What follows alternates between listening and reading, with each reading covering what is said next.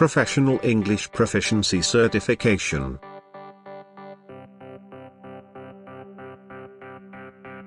Module 12 Parts of Speech.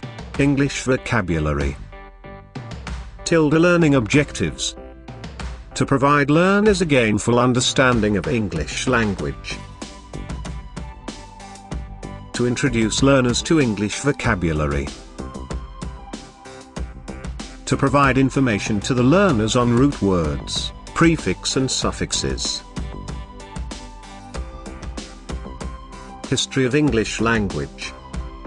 The language we call English was first brought to the North Sea coasts of England in the 5th and 6th centuries AD, by seafaring people from Denmark and the northwestern coasts of present-day Germany in the Netherlands.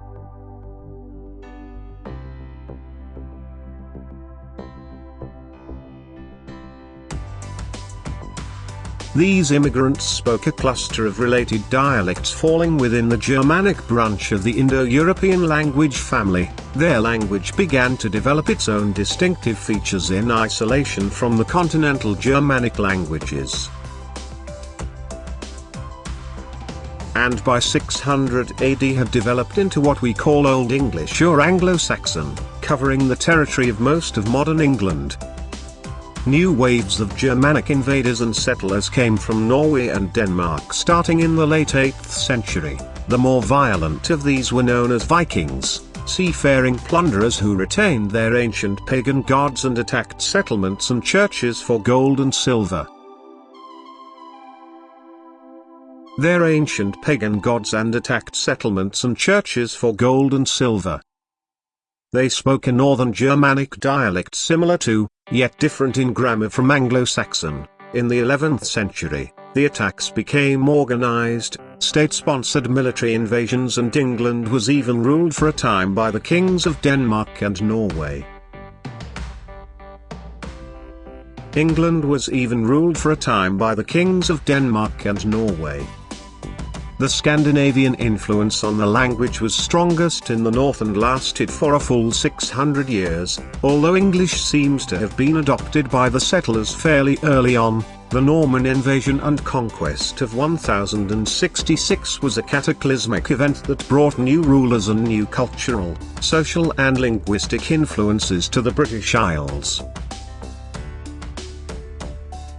That brought new rulers and new cultural, social and linguistic influences to the British Isles.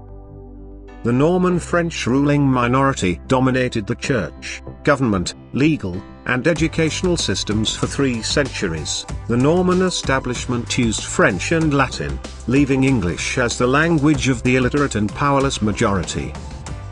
During this period, English adopted thousands of words from Norman French and from Latin, and its grammar changed rather radically. By the end of that time, however, the aristocracy had adopted English as their language, and the use and importance of French gradually faded.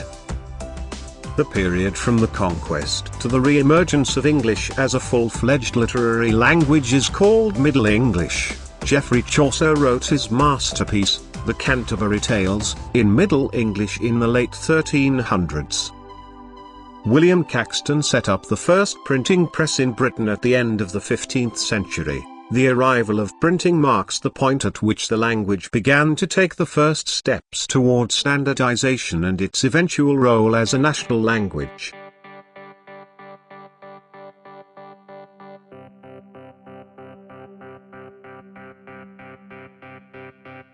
The period from 1500 to about 1650 is called Early Modern English, a period during which notable sound changes, syntactic changes and lexical enrichment took place.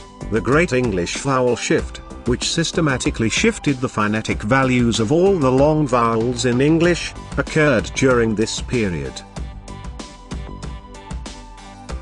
A period during which notable sound changes, syntactic changes and lexical enrichment took place. Word order became more fixed in a subject-verb-object pattern, and English developed a complex auxiliary verb system, a rush of new vocabulary from the classical languages, the modern European languages. and more distant trading partners such as the countries of Asia Minor and the Middle East entered the language as the Renaissance influences of culture and trade and the emerging scientific community of Europe took root in England. The Renaissance influences of culture and trade and the emerging scientific community of Europe took root in England. Shakespeare wrote prolifically during the late 1500s and early 1600s and, like Chaucer, took the language into new and creative literary territory. His influence on English drama and poetry continued to grow after his death in 1616. And he has never been surpassed as the best-known and most read poet, playwright of modern English. As the best-known and most read poet, playwright of modern English. The King James Bible was published in 1611, the culmination of at least a century of efforts to bring a Bible written in the native language of the people into the church establishment and into people's homes, among the common people, whose contact with literature often did not go far past the Bible. The language of the scriptures as presented in this version commissioned by King James I was deeply influential.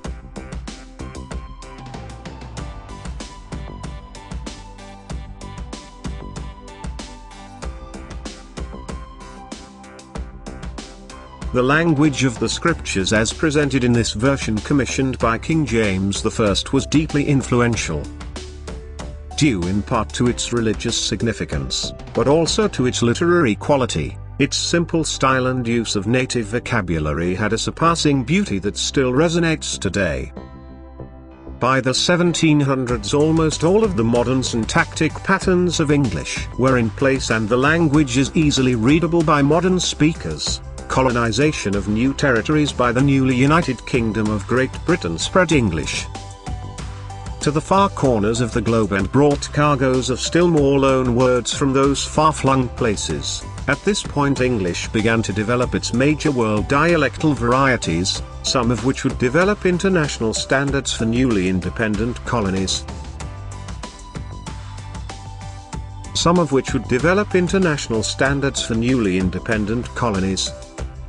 By the 21st century, as the language of international business, science, and popular culture, English has become the most important language on the planet.